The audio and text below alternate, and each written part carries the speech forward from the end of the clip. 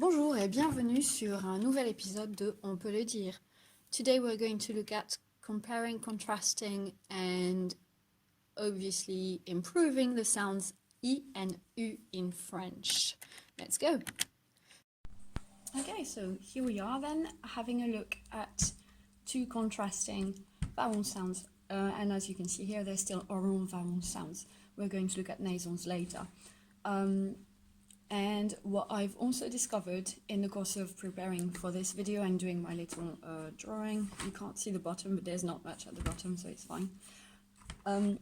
I discovered that if you look at all the sounds that are plotted within that weird purple sort of cloud slash bubble, all of these sounds basically will have a similar tongue position in your mouth, and it's only your lip move or your lip position that will change the sounds, which I didn't really realize before because I used to do those sounds spontaneously. So if we have a go and look around and hear around, so we're gonna have I, U, E,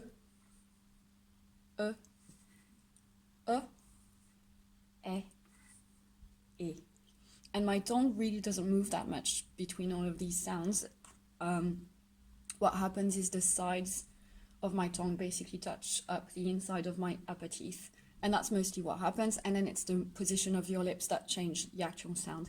This is kind of halfway in, halfway out, because your tongue will change ever so slightly, but not that much, but the mouth will open wide, which is what happens at the bottom of this graph. Okay, so let's zoom in now between I and U, and the point of this exercise is for you to grow more aware of what your tongue is doing in your mouth and what your lips are doing.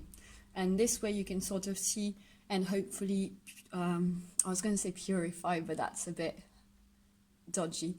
But it's going to make your I and U sound more crispy in French, which is what they should be. They should be really crisp and sort of neat and tight. And we're going to try and achieve that with a few practices. So what we're going to do is we're going to sort of have a relay between the I, stretched aside sound, and the U, where you see your mouth goes as if you were drinking through a straw. And between the two, basically your tongue doesn't move. So you start off by doing I, because it's a sound that exists in English, so it's pretty easy, I, and then you carry on doing I, and you move your lips as if you are drinking through a straw. So I, U, without changing your tongue, and that will get you your French U. So we can go back and forth, and I used to do it to practice just like really picturing the graph in my head and literally just going and I'd look a bit of an idiot, but I was on my own, so it doesn't really matter. So you could do that too if you're a bit of a visual / kinesthetic learner and you want to combine the two senses, moving and seeing, visualizing the graph in your head. If not, you can do another strategy that also works, but the more senses you involve, the easier it is to remember things. Okay, so then we can go from I to U using words. So today we're going to focus on monosyllabic words, and we're going to start with lit, which means bed, lit. And its equivalent with U will be lu, which is red in the past tense. So li, lu. And again, your tongue barely moves. It will move to do the L sound at the start, but for the vowel sound, it's the same.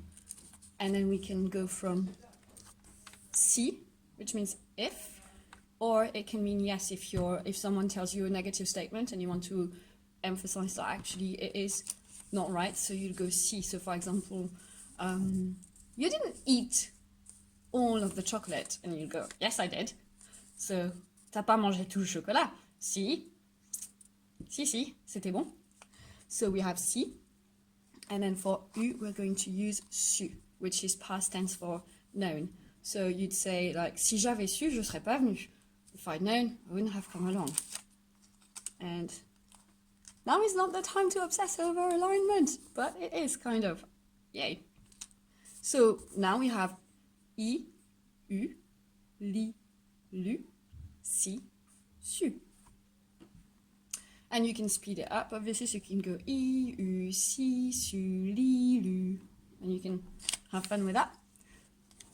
A third option to put it into a word is with the verb di, which could mean says or said.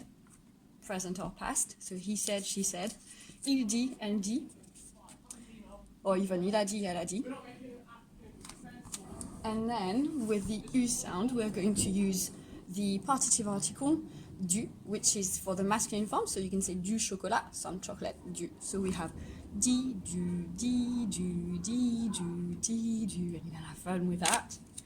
And finally, and this one may be a bit more challenging for the consonant sound, so have fun with it, and if it doesn't work for you, you can just skip it, ignore it, drop it, and it's hidden. Anyway, so that's ri, ri, R-I-Z. I'm trying to rekindle my old handwriting that I learned in primary school because it was kind of charming. So that's ri, rice. And then for the sound U, we're going to use the word rue, street, rue, street. And so, let's try and lift this a little. Système D. So now we have I, U, li, lu, si, su, di, du, ri, rue. And then you can loop that up. So I, U, li, lu, si, su, di, du, ri, rue.